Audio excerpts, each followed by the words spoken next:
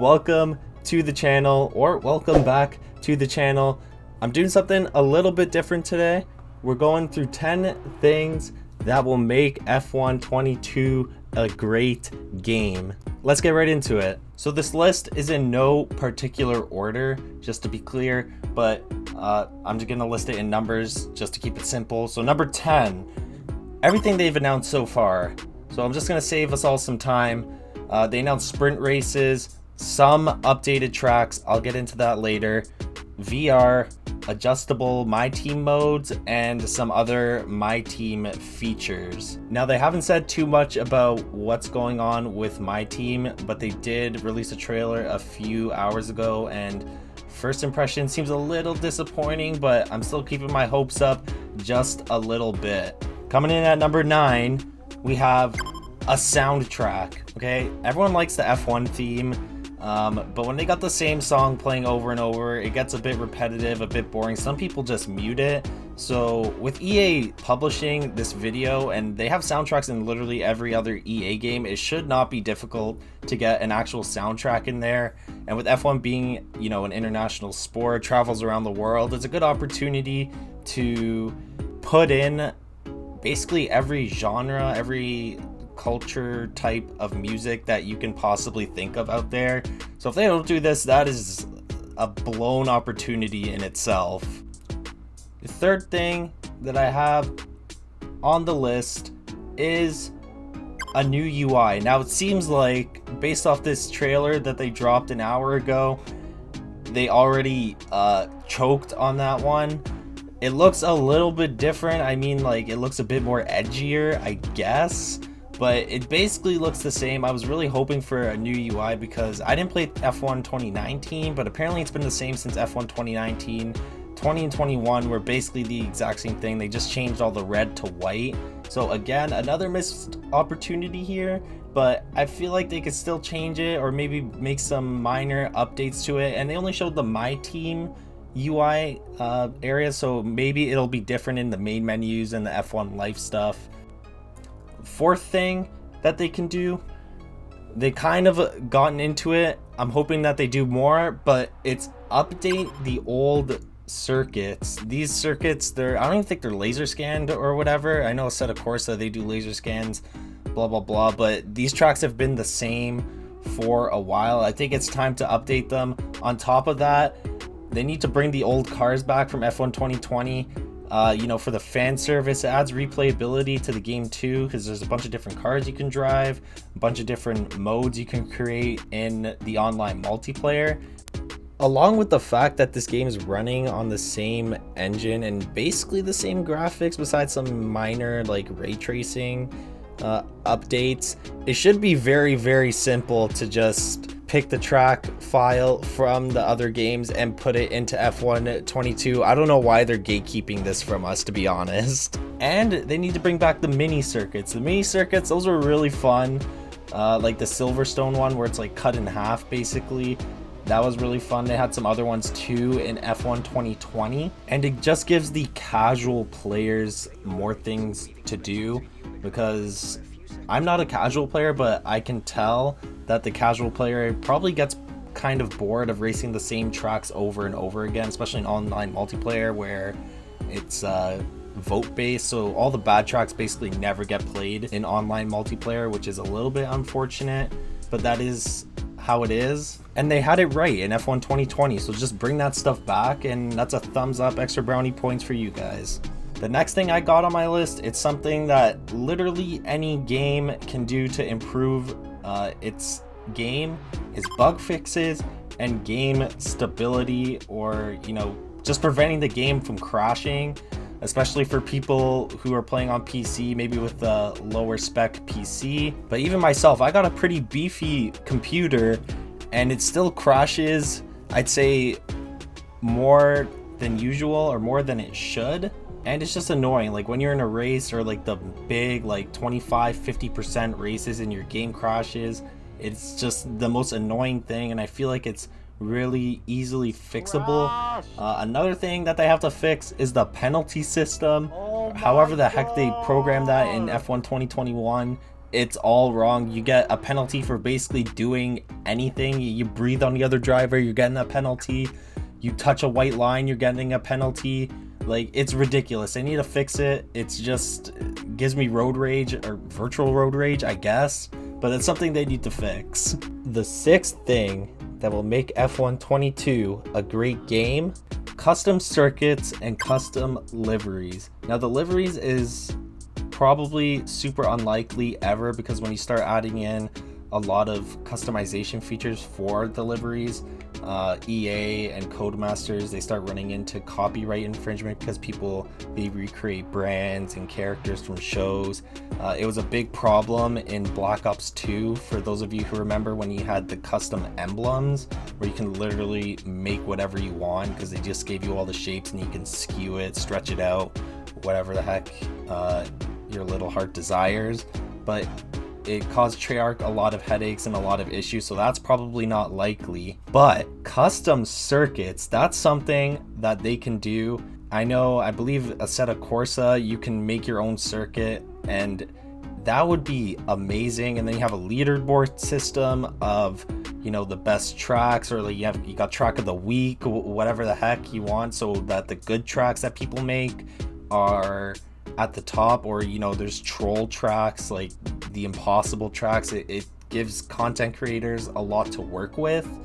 And PGA Tour 2K21, for those of you who've played that game, they did a great job with that. They had custom golf courses, and there were good courses, there were troll courses, there were themed courses. It was just a great experience, and it gets people to play the game longer. The only downside to that is it probably takes a lot of development in order to get that working for everyone. So I could probably say 100% is not coming in this game. They would have said it already, but something to look forward to in the future would be custom circuits.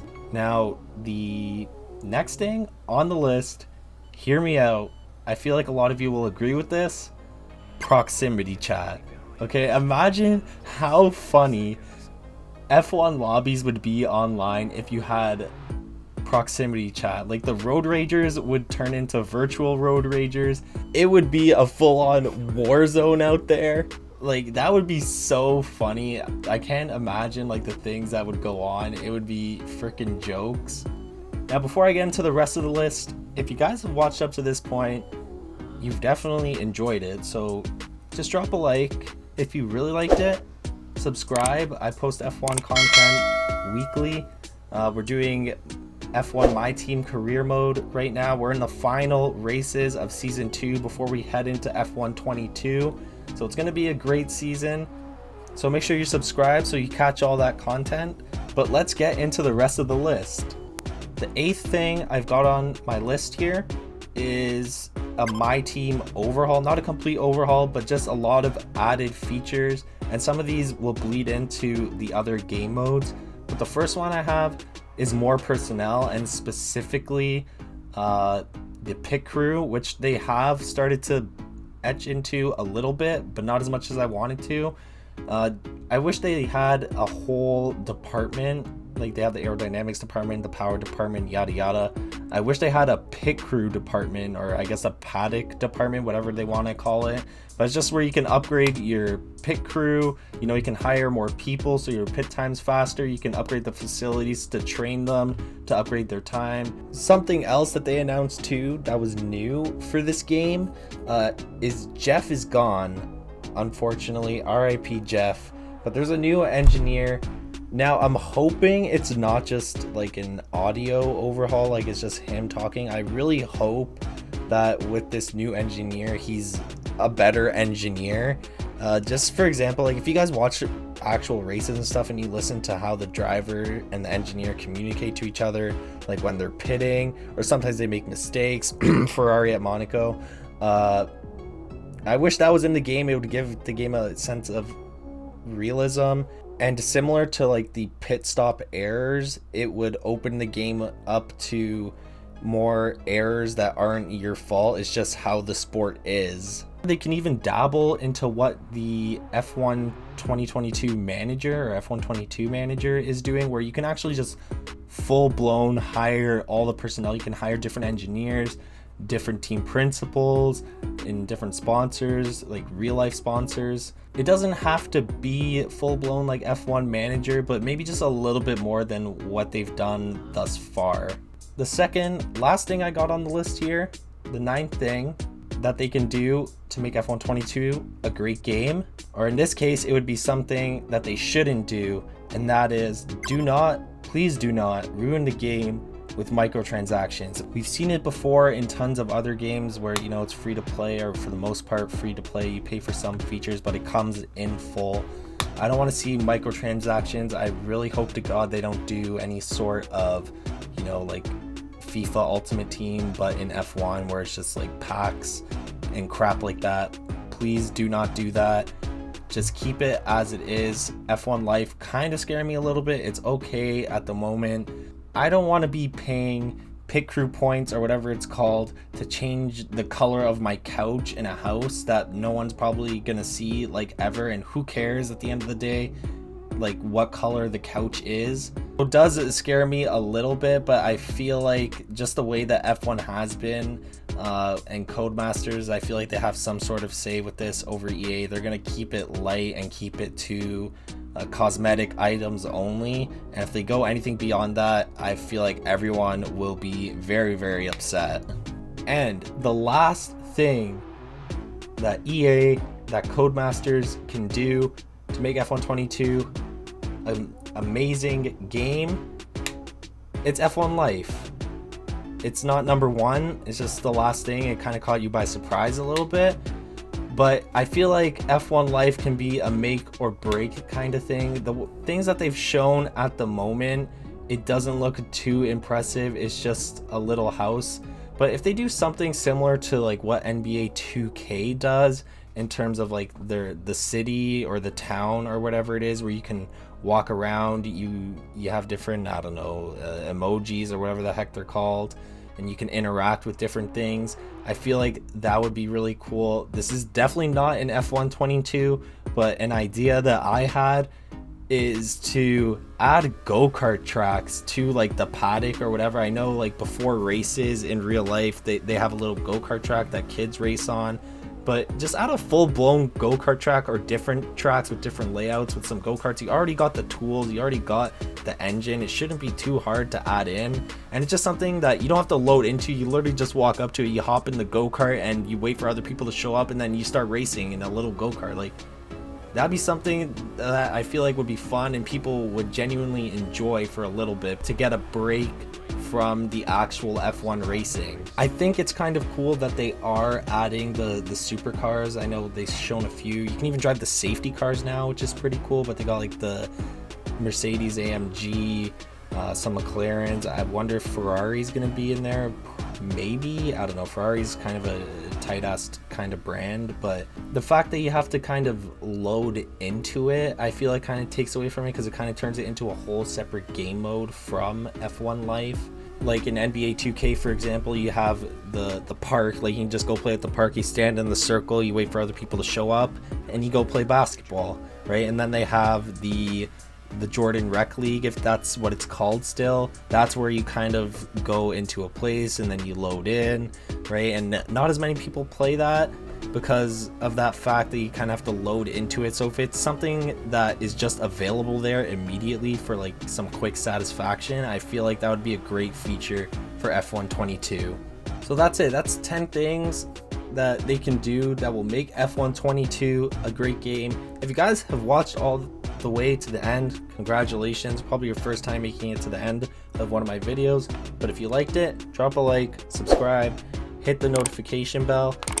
Let me know in the comments if I missed anything, or if there's anything personally that you want to see come up in F1 22. But I post F1 content weekly, so if you guys are into that, be sure to stay tuned. We're heading to the end of our My Team Career Mode season, which is getting pretty entertaining right now. But again, guys, thank you so much for watching. I really appreciate it, and I will see you guys for the next one. All right, have a good day, guys.